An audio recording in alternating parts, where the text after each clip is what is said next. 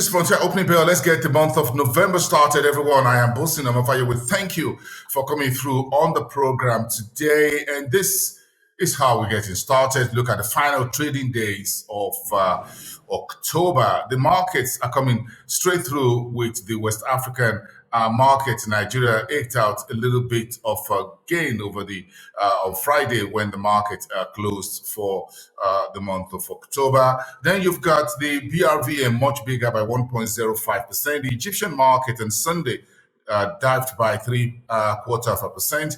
The Nairobi Securities Exchange eked out a margin of 0.06 to final Friday of the month, and the GSE 44 basis points in the red on Friday. And we're just going to be taking off today, looking at some of the big stories across the continent. Let's check this through for you. What's making the headlines in East Africa? That's one big story with the central bank of Kenya selling treasury bills worth about 20 billion shillings for this weekly auction. That's one of the biggest stories from the central bank in East Africa's largest economy.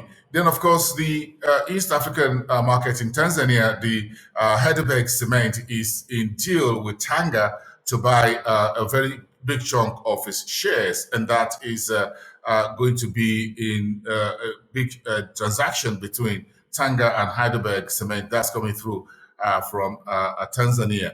Then you look at other big stories across the East African space, across the economy and the markets. Today is a very big day, by the way, which is Monday. But let's step into West Africa very quickly, where earnings is making a big splash in the Nigerian market. We saw big earnings from Seplat finishing a little bit in the red, but overall, oil prices, oil production for the E&P listed on Lagos and London stock exchanges remain very good. Then you've got the numbers from others such as Nigerian breweries, Guinness, as well as non-oil companies and non-bank such as MTN, Airtel Africa, also including Nascon Industries PLC. So earnings is a big story for Nigeria. Then, of course, the flotation of the e-Naira continued to make headlines.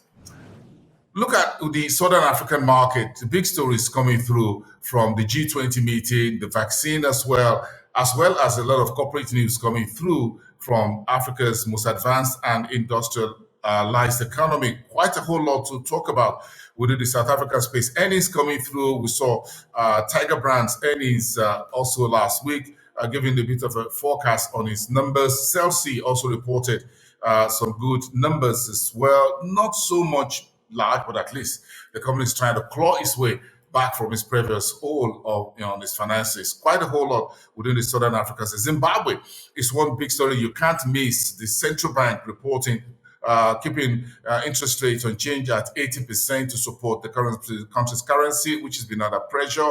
But one positive news from Zimbabwe has to do with the revenue agency beating third quarter revenue target, a very big chunk of billions of Zimbabwean dollars, which were raked in during the pandemic period. Zimbabwe's revenue agency was able to make a very big jump in its revenue collection.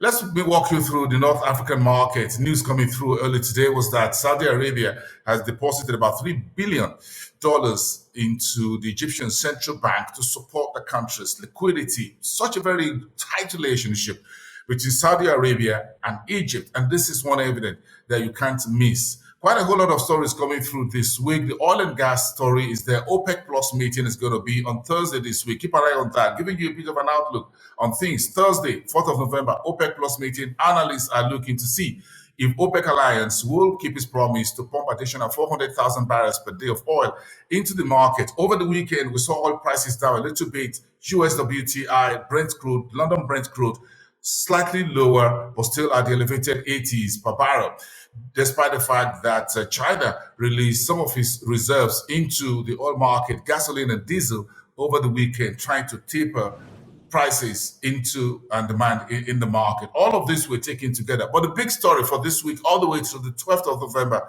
as you know, is the UN Climate Change Conference in Glasgow, Scotland. We'll keep an eye on that here on Frontier Africa Reports and Frontier Opening Bell. We'll keep everyone informed. Africa's position will be well reported.